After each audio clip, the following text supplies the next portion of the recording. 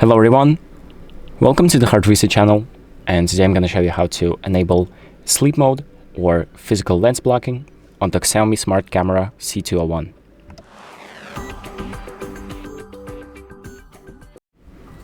So the first thing that we're going to do is open up the XIAOMI Home app and then make sure that we have already connected our camera to our device.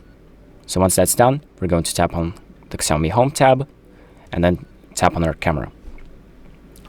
Then we're going to press on the three dots on the top right, tap on camera settings, then tap on physical lens blocking, and here we have two options. So we can either enable physical lens blocking right away to block it right now. As you can see, the camera moves to the top and blocks the lens, so it won't be seeing anything pretty much.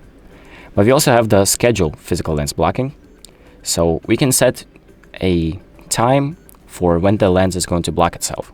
So for example, if you want to turn off the camera before going to sleep, you can just enable physical lens blocking schedule.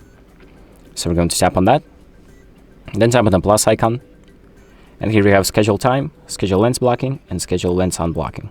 So if we tap on schedule time, it's going to give us this little setting right here. So we have repeat, so we can do repeat every day, for example, or we can tap on custom to enable set days.